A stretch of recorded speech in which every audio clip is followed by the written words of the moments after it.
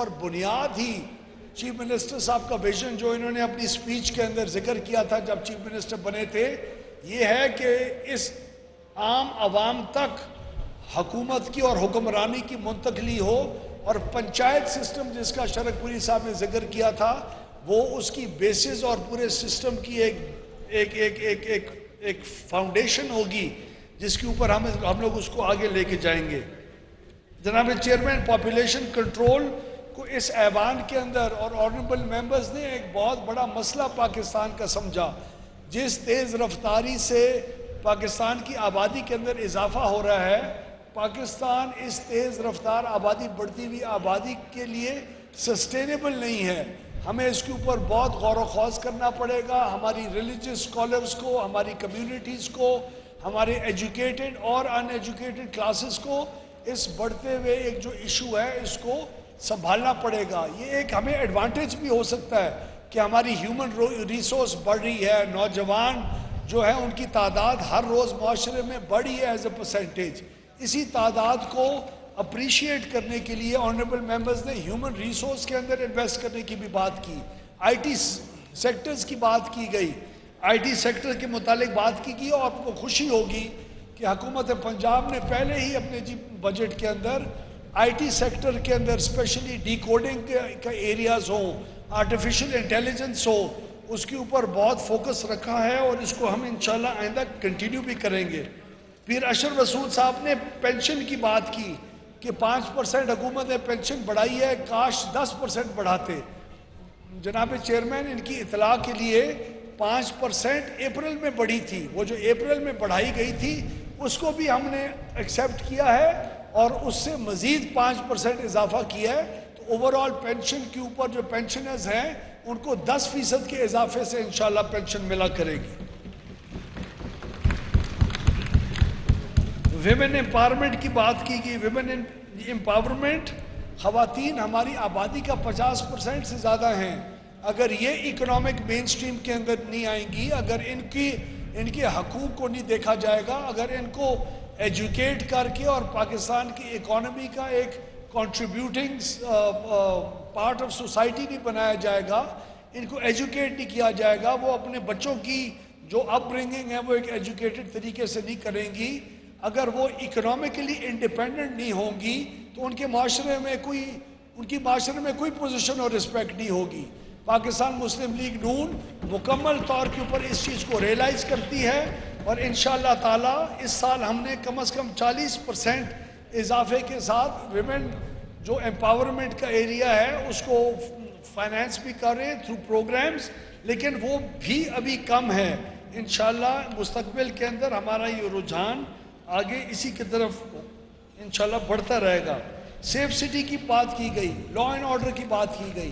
بدقسمتی سے اربوں روپے کا ہمارا انفراسٹرکچر جو پچھلے 3-3.5 سال کے اندر پچھلی حکومت نے، کیونکہ نون لیگ کا لگایا ہوا انفراسٹرکچر تھا، ان کو اس چیز کے اوپر نہیں ان کی اس حکومت کی پرواہ تھی کہ پنجاب کی عوام کے لیے کیا بہتر ہے، غریبوں کے لیے کیا بہتر ہے، لا اینڈ آرڈر کے لیے کیا بہتر ہے، کسان کے لیے کیا بہتر ہے۔ ہر چیز جو انہوں نے ذہن میں لے کے آئے، پچھلی حکومت کا ہے، اس نے شروع کیا تھا، اس کو ختم کرو۔ اس قسم کی ذہنیت نے پنجاب کو 10 سے 15 سال پیچھے پھینکا ہے، اس پنجاب کو دوبارہ اٹھانا ہے۔ یہ اگلا 1-1.5 سال الیکشن تک ہمارے لیے بہت بڑے چیلنجز ہیں۔ پاکستان کے اندر انفلیشن ہر وقت ہے، اس وقت اگر مہنگائی کے یہ حالات نہ ہوتے، آئی ایم ایف کے ساتھ ان کی اگریمنٹس جو ہم نے انہیرٹ کی ہیں وہ ہمارے کندھوں کے اوپر بوجھ نہ ہوتی، تو آج آپ کا صرف ڈیولپمنٹ کا جو بجٹ ہے کم از کم 350 ارب روپے زیادہ ہوتا جو آج ہم نے دیا ہے۔ یہ انہی کی چیزیں ہیں جس کا بوجھ، اور ہم بخوشی سنبھال رہے ہیں۔ ہم نہیں کہیں گے تمہاری وجہ سے ہم نے پرفارم نہیں کیا۔ یہ حکومت 1-1.5 سال میں پنجاب کی عوام کو ثابت کرے گی کہ لا اینڈ آرڈر بہتر کر کے ہم جائیں گے الیکشن کے اندر، ہم انشاءاللہ عوام کو ریلیف دے کے جائیں گے، ہم اپنا ڈیولپمنٹ کا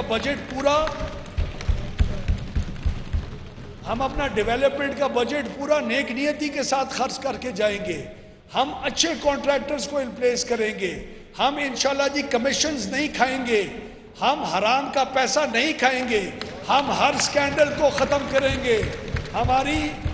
حمزہ شہباز شریف صاحب کی حکومت کے اندر انشاءاللہ کوئی سکینڈل سننے میں نہیں آئے گا جب تک ہمارا الیکشن ہے, اور اسی طرز عمل کو آئندہ انشاءاللہ جاری رکھیں گے. مسٹر چیئرمین, میں آپ کو یہ بھی بتاتا چلوں, آخر میں ایک میرا پوائنٹ رہ گیا,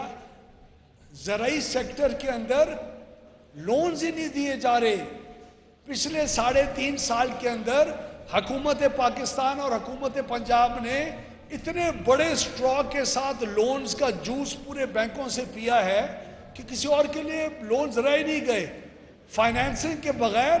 کوئی چیز پروڈکٹیو نہیں ہو سکتی. آپ اگر کھاد نہیں ڈالیں گے,